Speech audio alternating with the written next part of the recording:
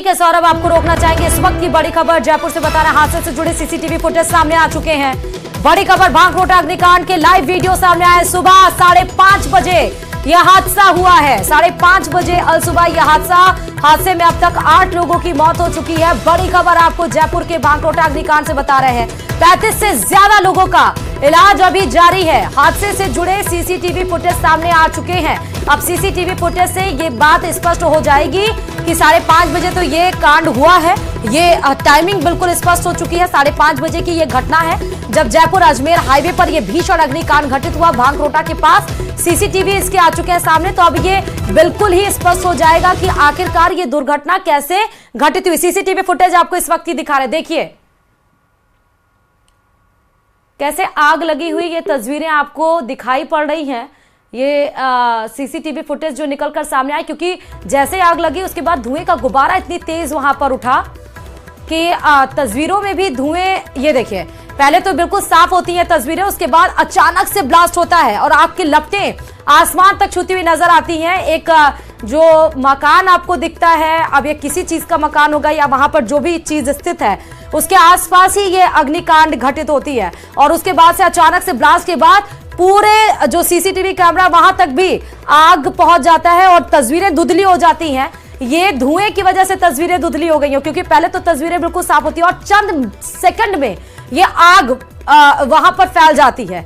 और आप सोचिए कि चंद सेकंड के अंदर जो लोग वहां पर जा रहे होंगे, जो वाहन वहां पर दौड़ रहे होंगे, उनको समझ ही पाना मुश्किल हो रहा होगा कि क्या कुछ हो रहा है। विष्णु ज्यादा जानकारी के साथ जुड़ चुके हैं। विष्णु, सीसीटीवी फुटेज आ चुकी है और आप भरसक आप भी उसको देख चुके होंगे, अब इस पर क्या जानकारी विष्णु?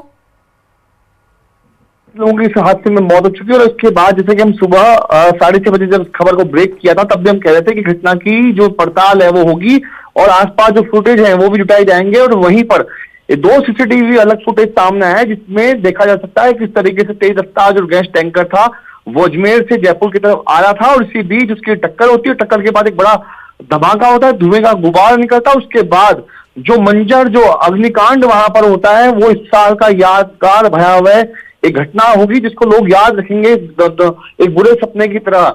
और वहीं पर एक अन्य जो सीसीटीवी फुटेज सामने है उसमें देखा जा सकता है, क्योंकि दिल्ली हाईवे पर वहां पर फर्नीचर के गोदाम थे, प्लास्टिक के गोदाम थे, वहां आसपास पेट्रोल पंप थे, तो उनके जो फुटेज हैं वो वहां पर सामने है कि टक्कर के बाद जिस तरीके का अग्नि जो ब्लास्ट हुआ, उस ब्लास्ट के बाद जो आग की लपटों का जो गुबार था वो काफी दूर दूर तक गया, जिससे आसपास कम से कम 30 गाड़ियां, यानी इस अग्निकांड में 30 गाड़ियां जल करके राख हो गई।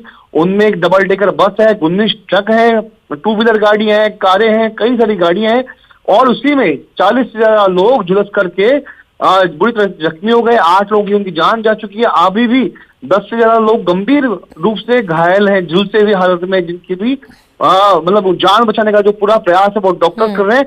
तो फुटेज में ये साफ हो चुका है कि सुबह के वक्त में टक्कर की वजह से, न्यूज 18 राजस्थान ने सबसे पहले सुबह इस बात को एकदम पुख्ता तरीके से जो है वो ब्रेक किया था कि हादसे की वजह एक्सीडेंट है, यानी गैस टैंकर पहले टकराया, टकराने के बाद में उसमें जो गैस टैंकर में रिसाव हुआ, गैस का रिसाव हुआ, उसके बाद में ब्लास्ट हुआ और ब्लास्ट की वजह से घटना इतनी बड़ी कारित हो गई। न्यूज 18 राजस्थान पर सबसे पहले हमने इस खबर को ब्रेक किया था, बताया था कि हादसे की वजह एक्सीडेंट है।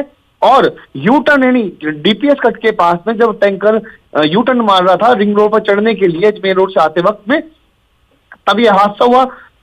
क्लेवर रिलीफ की जो बात है वो भी है न्यूज 18 राजस्थान उठाई कि अगर वहां पर ये समय रहते बन जाता है, आने वाले वक्त में और बनता है तो यह हादसा संभव होता नहीं होता, या फिर भविष्य में इस तरह के हादसों को होने से रोका जा सकता है।